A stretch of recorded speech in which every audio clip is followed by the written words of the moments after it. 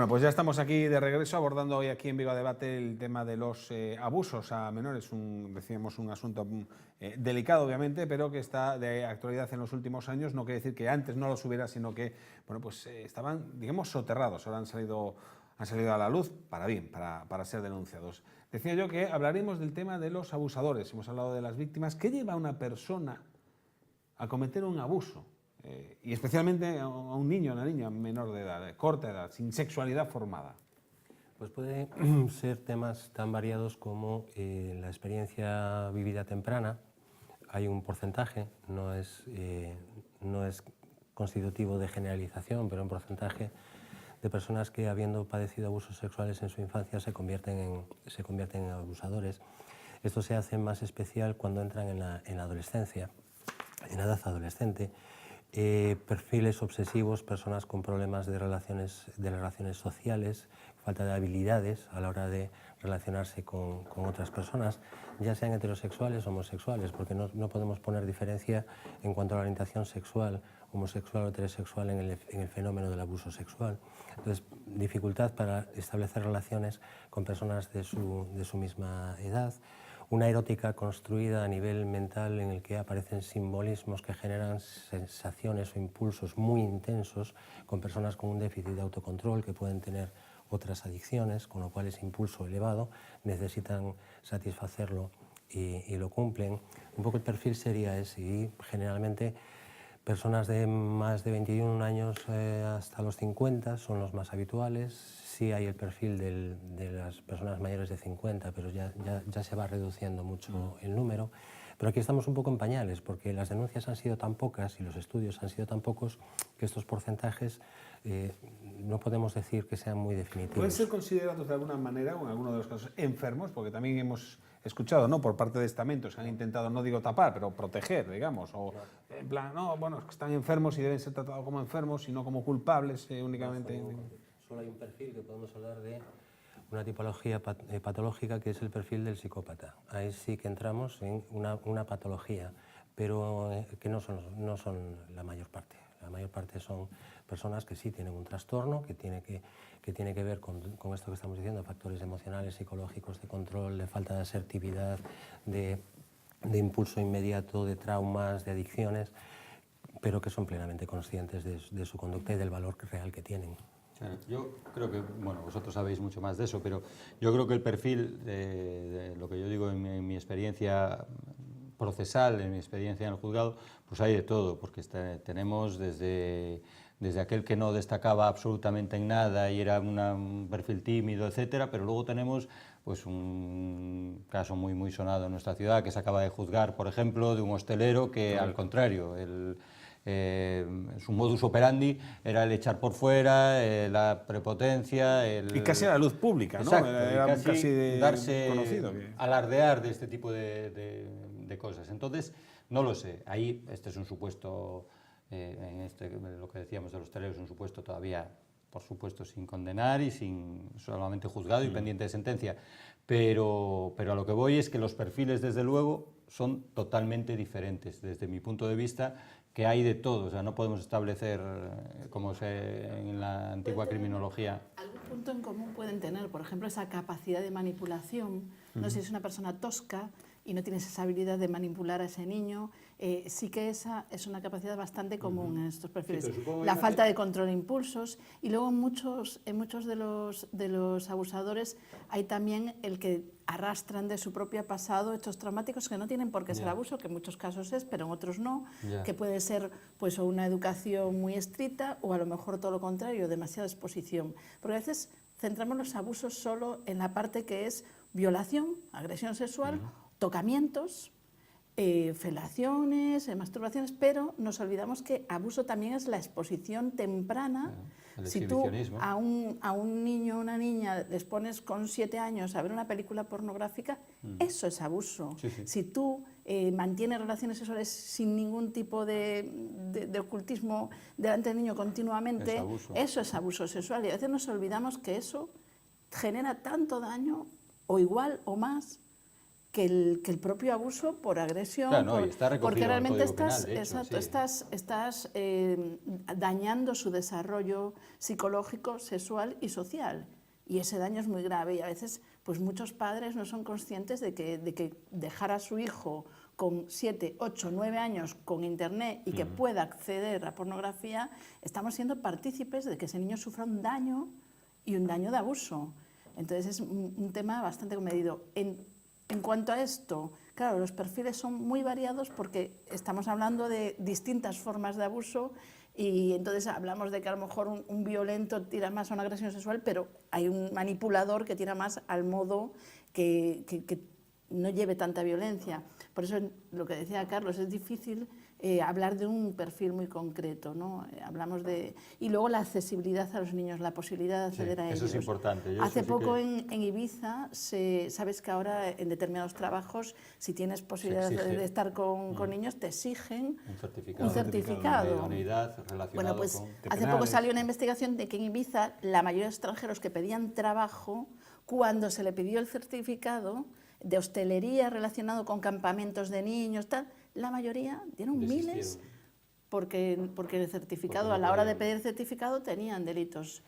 Entonces, bueno, sí que es cierto que no hay un perfil concreto, pero sí hay unas características. Se debería la hacer baja control de público, impulso. porque ha sido polémico años atrás, yo recuerdo listados de personas condenadas en ese por sentido no pederastia. soy yo, pero eso es una opinión particular. Yo no soy partidario de ese tipo de escarnios públicos, nunca lo he sido, ni en este delito, por supuesto, ni en cualquier otro. No soy partidario porque creo que no conduce tampoco, o no contribuiría a reducir el número de delitos, ¿no? Desde luego no soy partidario. Me parece una situación de escarnio que no estamos en épocas de la Inquisición, donde hay que publicar pues el número de judíos conversos o no que hay en cada pueblo. Yo desde luego no soy partidario y no sé el beneficio que eso pudiera traer de cara a la prevención del delito.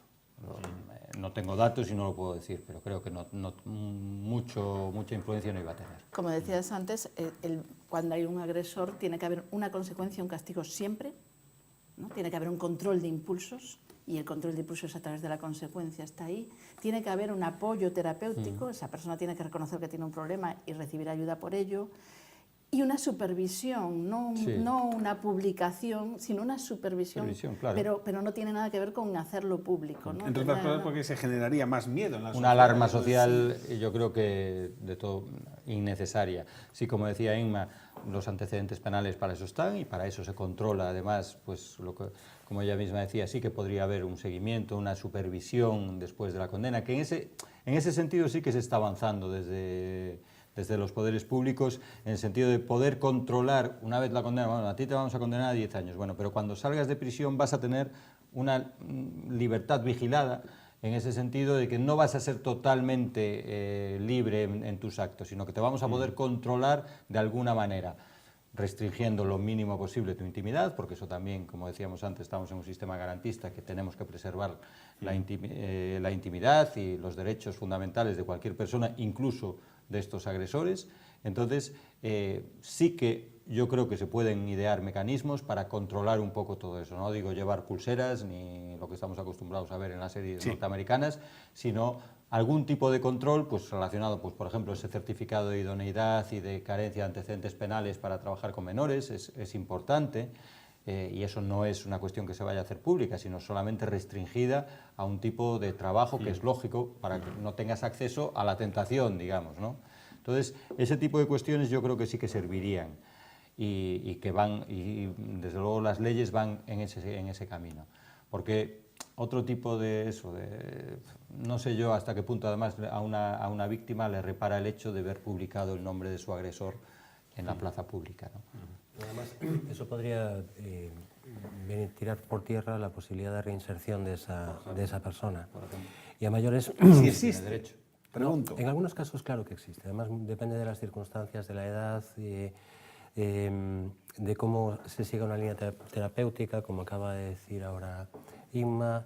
El tener 17 años y tener una serie de problemas no es para nada lo mismo, tiene que serlo tener 19 años 2 años después y estar socialmente en otro momento de tu vida, tener otras relaciones, o sea, se puede marcar mucho esa diferencia, pero también si hablamos de prevención, sería interesante la inversión al doble de lo que están haciendo muchos estados, porque en el doble acompañamiento se minimizarían muchas situaciones de riesgo.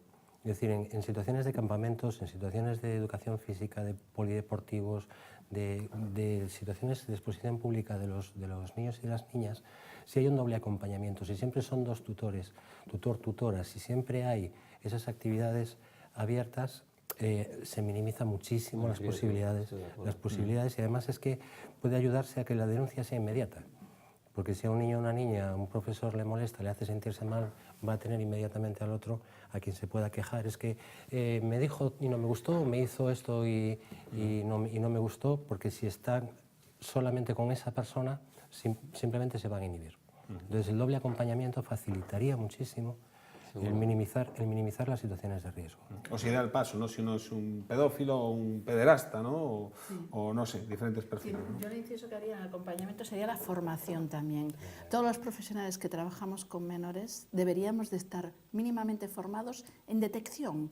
En detección, sencillamente ver los indicadores que te hacen ver los síntomas, las consecuencias que esa víctima, vas notando en esos síntomas, en esos indicadores, que puede generarte una sospecha de que pueda estar sufriendo algo. Conocer el perfil del agresor, sus tácticas. Si el profesional conoce los indicadores, los síntomas que la víctima puede tener, conoce los modos, el modus operandi de la persona agresora, va a estar mucho más alerta, va a estar más pendiente, va a detectar antes. Cuando hablabas antes de la reinserción, yo trabajo con agresores menores, hasta 21 años, ¿no? Yo con los agresores que trabajo suelen ser muchachos y muchachas, porque he trabajado y sigo trabajando con agresores chicos y chicas sexuales en que realmente se trabaja con ellos el daño que por sí mismos han sufrido en su propia historia y el daño que han provocado y la prevención de que vuelva a suceder.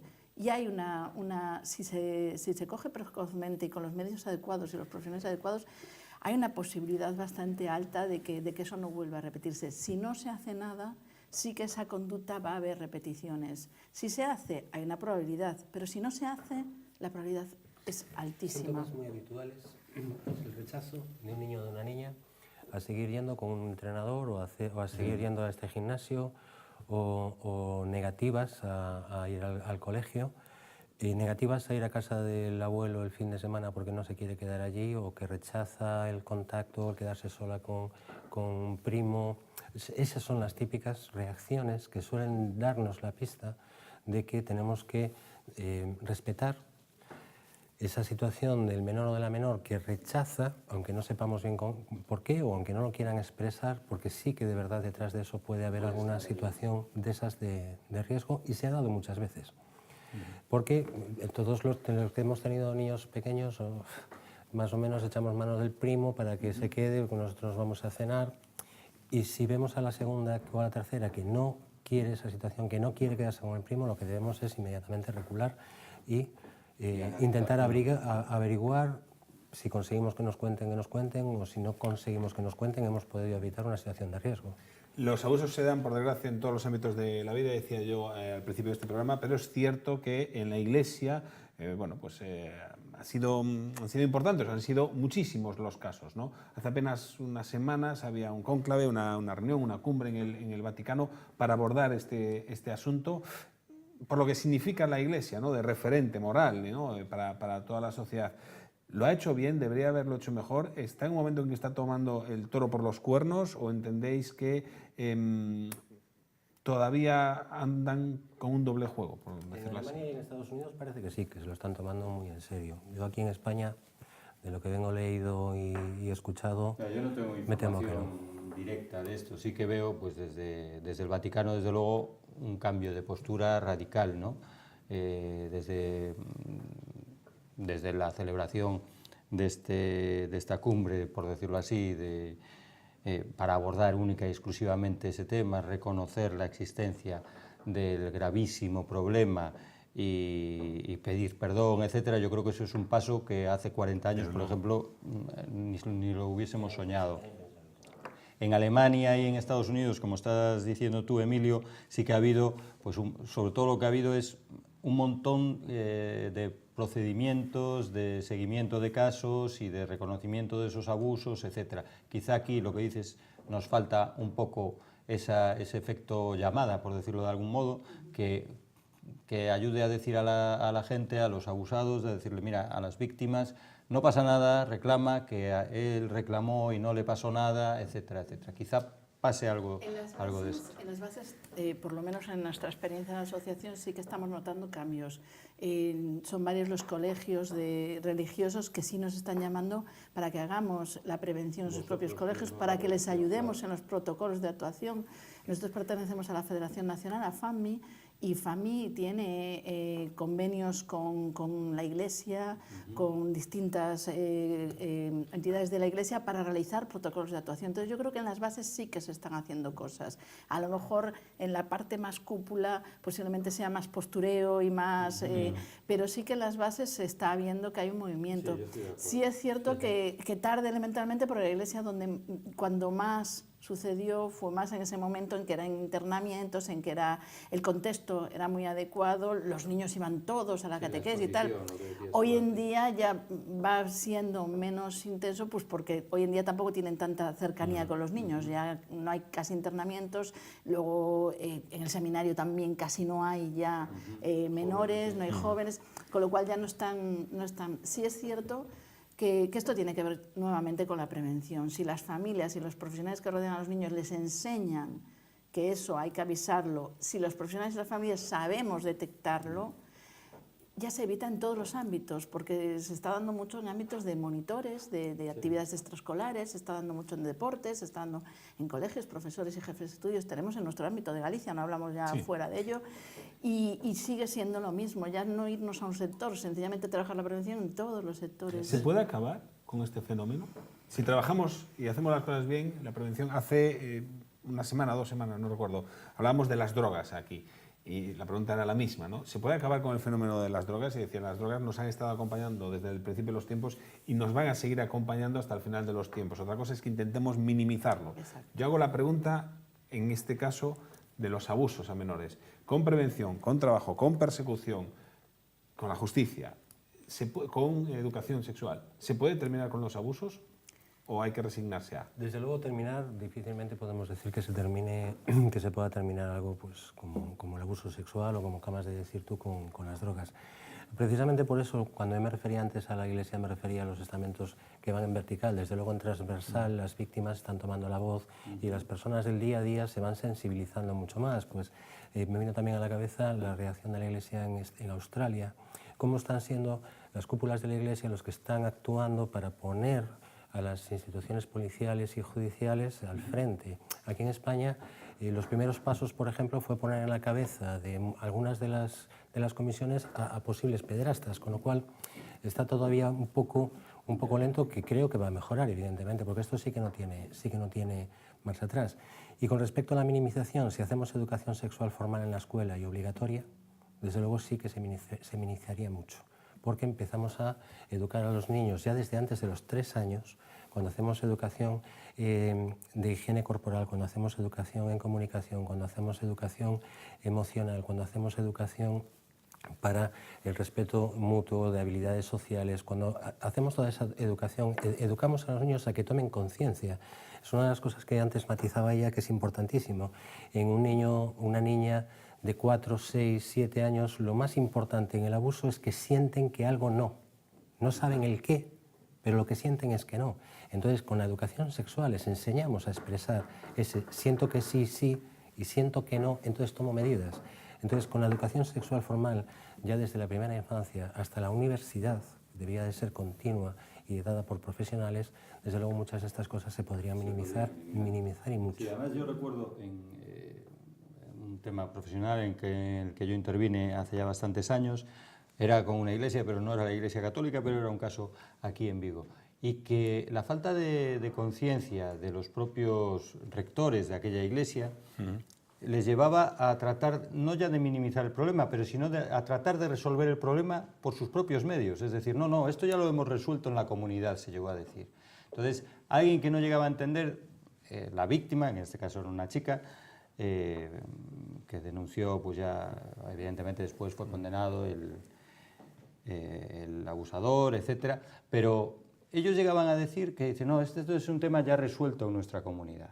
Insisto, no era la Iglesia Católica, Sí. además. Pero la Iglesia Católica sí lo ha hecho, ¿no? Con el traslado, ¿no? Muchas veces de los pero obispos decía, a otras no, diócesis, estamos ¿no? aquí, tal, lo resolvemos nosotros, que nadie entre en nuestro ámbito. Y no se dan cuenta que no, esto no es un ámbito que resuelvas tú, esto es un ámbito que tiene que entrar la justicia de pleno. Entonces, yo creo que todas estas cuestiones, esa visibilización que hay del problema, ayuda mucho a que esas cosas, ¿qué narices vamos a resolver entre los bancos? Los resolvemos donde hay que resolver los problemas, que es con la justicia y con la intervención de profesionales de otro tipo.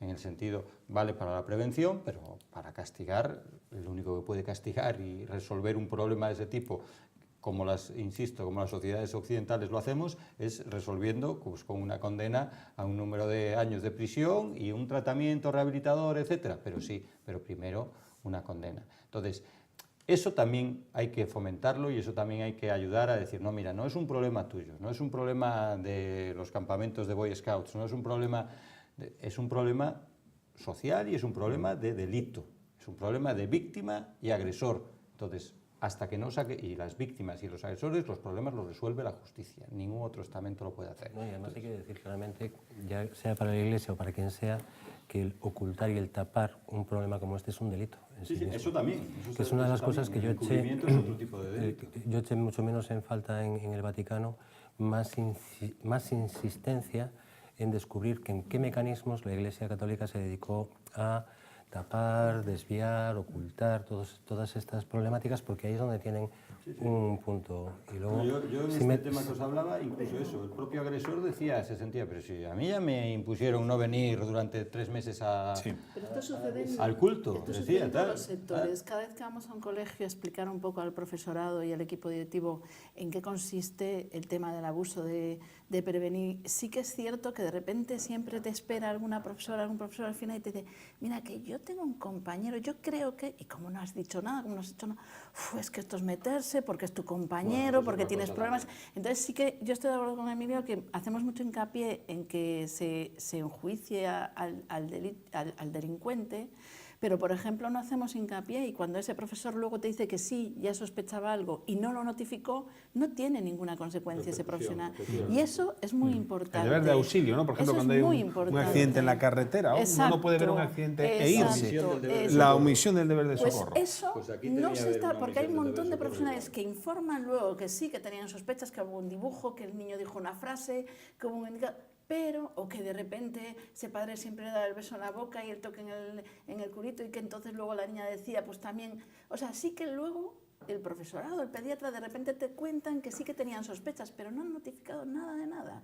Y la sospecha ya es obligación de notificación. Que puede quedar en nada, y que luego, puede ser una simple actitud cariñosa. Seguramente en la mayoría de los casos es pero eso, luego cuando se demuestra que ese profesional no ha hecho nada, no tiene una consecuencia. Estoy de acuerdo. No tiene, profesional o no profesional, no tiene una consecuencia. Yo creo que en eso tenemos que hacer hincapié, que no solo es delincuente el que produce el delito, sino que también aquellos testigos que no acuden al niño, que no intentan ayudarlo, es también un delito muy grave y no estamos teniéndolo en cuenta. Y luego también quisiera incidir en un aspecto que vengo escuchando últimamente, desde la más absoluta serenidad y desde el más absoluto respeto, igual que un policía corrupto no convierte a toda la policía en corrupta. Por supuesto. He escuchado a muchas personas utilizar la defensa de, bueno, no todos los curas son iguales, y efectivamente no todos los curas son iguales. Y desde la más absoluta serenidad, es decir, no se está culpando a las personas ni se está estigmatizando, sino que lo que estamos buscando es una verdad y que se abra una institución como la Iglesia para que sea más transparente. ¿Para qué? Para que los propios niños puedan estar más protegidos y más seguros. Más tranquilos, claro. No, y aparte que eso probablemente le daría una viabilidad, digamos, una credibilidad, en este caso la Iglesia, que a lo mejor no tiene. El hecho de intentar... Los trapos sucios se lavan en el vestuario, ¿no? Es algo que muchas veces hemos escuchado en el fútbol. No, es que esto es una mentalidad, ¿no? que existe. ¿No? Yo no me quiero meter en este asunto, bastante tengo con lo mío, yo eso que lo resuelvan ellos, y al final no se pone el foco y no se pone la atención y Y así nos va, ¿no? Y es lo que ha pasado muchas veces, pero no solo con la Iglesia, ¿no? Con otros estamentos. No, con el mundo deportivo, con el mundo, por ejemplo, de los campamentos de administración, que de repente hay una sospecha de un monitor y sencillamente lo retiran, tampoco hay un protocolo. Claro. Pasa en todos los sectores, ¿no? Quizás es más mediático el de la Iglesia, pero en el resto de los sectores tampoco están haciendo... Bueno, pues como decía Emilio, empezamos... Vamos en los primeros pasos, pero tampoco se está haciendo una gran cosa Sí, en el yo mundo creo que en deportivo. ese sentido la Iglesia, yo entiendo que ahora ha tomado, como decías tú antes, el toro un poco por los cuernos. Lo que pasa es que cada vez que da un paso la Iglesia hay que mover una maquinaria. Es como un elefante, ¿no? Cada vez que da un paso, cuando lo des será importante, pero cuesta. Pero cuesta darlos. Entonces, pero es lo que decía Inma, o sea, desde multitud de sectores es eso, desde apartarlo, no, pues ahora en vez de entrenar al equipo de niñas vas a entrenar al de niños y no pasa nada, o a los más mayores que ya se te van a enfrentar a ti y si le intentas tocar el culo ya verás cómo pasa, y eso tampoco puede ser. O sea, estábamos viendo pues ahora también el Atlético de Madrid, por ejemplo, que tenía en uno de sus formadores de cantera, correcto, sí, al que hacía nada, le acababan de hacer un homenaje por llevar 60 años formando futuros ídolos del fútbol y resulta que no formaba futuros ídolos del fútbol, además sí, formaba pero pues ahí otras se escuchan cosas. voces que lo protegen, ¿no? Que le Claro, quitan por eso hierro al precisamente, asunto, porque ¿no? era un héroe, pues bueno, vete tú a saber, ese tipo de cuestiones son las que hay que erradicar y hay que saber, dice, mira, pues sí, pues, y a veces se tomaba incluso un poco con sorna, esto lo vamos a poner en el otro equipo los mayores por eso, porque este entraba mucho en el vestuario, tenía la mano muy larga. Ese tipo de cuestiones son las que hay que cortar de raíz y darse cuenta de que es un problema a mayores. En todo caso, vamos a cerrar esto con lo decías tú, Carlos, con una sentencia que no todo el mundo es culpable. Es decir, que la mayor parte de los sacerdotes, la mayor parte de los profesores de gimnasia, de lo que queramos, la mayor parte de las personas, el 99%. El 99,9% de la gente es gente de bien. Vale. No comete este tipo de abusos, por supuesto. Aunque estés puesto con niños, aunque estés trabajes puesto con niños, con etc. Vamos a romper una lanza a favor de todos los profesionales que trabajan con niños. Todos hemos sido niños, todos hemos ido a la escuela o a catequesis y no hemos tenido problemas. Efectivamente hay manzanas podridas que no deben ser solamente sacadas del cesto, sino que deben ser sacadas del cesto y juzgadas. Pero que la mayor parte de la gente, dejémoslo claro, es gente de bien. Tenemos que poner aquí el punto final. Emilio, muchísimas gracias. Inma, muchísimas gracias. Carlos, muchísimas gracias a los tres por vuestra presencia aquí en este Vigo a Debate. A ustedes también, por supuesto, al otro lado del televisor. Les esperamos la próxima semana con un nuevo tema en cuestión. Hasta entonces, ya lo saben, sean felices.